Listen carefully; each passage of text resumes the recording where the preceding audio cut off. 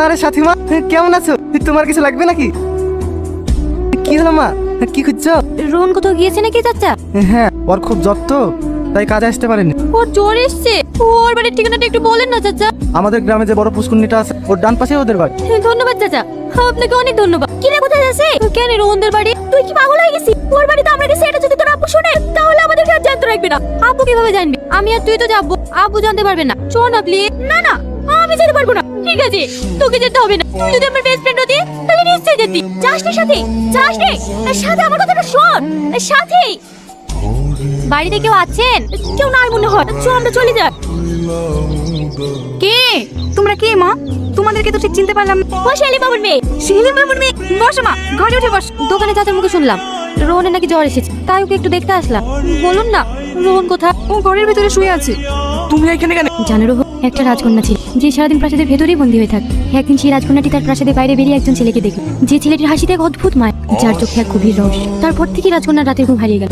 জানো রাজকন্যাটি কি? রাজকন্যাটি আমি। ছেলেটিকে জিজ্ঞেস করবে না, ছেলেটি তুমি। সাথী চ, ও অনেক দেরি হয়ে গেছে। পালিয়ে যেতে চাইছো? আমি তোমাকে খুব ভালোবাসি। I love you Rohan. তুমি যেটা চাই এটা কোনোদিনই সম্ভব না। তুমি একটা বড় পরিবারের মেয়ে, আর ভালোবাসা কখনো কোনো কিছু দেখে হয়? ভালোবাসা এমন একটা জিনিস, এটা জোর করে আটকে রাখা যায় না। প্লিজ একবার বলো তুমি আমাকে ভালোবাসো। না, আমি তোমাকে ভালোবাসিনি। আমার পথ ছাড়ো, আমাকে দোকানে যেতে হবে। তুমি আমাকে ভালোবাসো না? না, ভালোবাসিনি। তুমি যদি আমাকে ভালো না বাসো তাহলে আমি এই জীবন রাখবো না। কি পাগলামো করছো? আমাকে ছেড়ে দাও, তুমি তো আমাকে ভালোই বাসো না। আমি বললাম কি বাসলাম, এতে তোমার কি যায় আসে? হ্যাঁ, যাই আসে, কারণ সেও তোমাকে ভালোবাসে। I love you Rohan. আরে সাথী মা, কেমন আছো? তোমার কিছু লাগবে নাকি? কি হলো মা, কি খুঁজছো? রোহন কোথাও গিয়েছে নাকি চাচা? হ্যাঁ, ওর খুব জ্বর তো, তাই কাজে আসতে পারেনি। ওর জ্বর এসছে, ওর বাড়ির ঠিকানাটা একটু বলেন না চাচা। আমাদের গ্রামে যে বড় পুষ্করণীটা আছে, ওর ডান পাশে ওদের বাড়ি। ধন্যবাদ চাচা, আপনাকে অনেক ধন্যবাদ। কিরে কোথায় আছে? কেন রোহনদের বাড়ি? তুই কি পাগল হয়ে গেছিস? ওর বাড়িতে আমরা গেছি, এটা যদি তোর আব্বু শুনে তাহলে আমাদেরকে আর জানতে রাখবে না।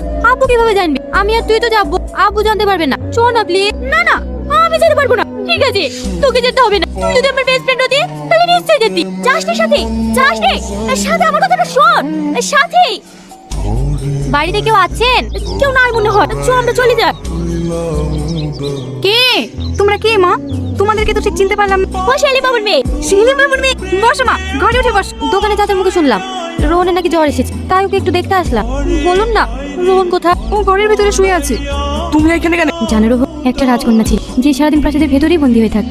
একদিন সেই রাজকন্যাটি তার প্রাসাদের বাইরে বেরিয়ে একজন ছেলেকে দেখল, যে ছেলেটির হাসিতে এক অদ্ভুত মায়, যার চোখে এক গভীর রহস্য। তারপর থেকে রাজকন্যার রাতের ঘুম হারিয়ে গেল। জানো রাজকন্যাটি কি? রাজকন্যাটি আমি। ছেলেটিকে জিজ্ঞেস করবে না, ছেলেটি তুমি।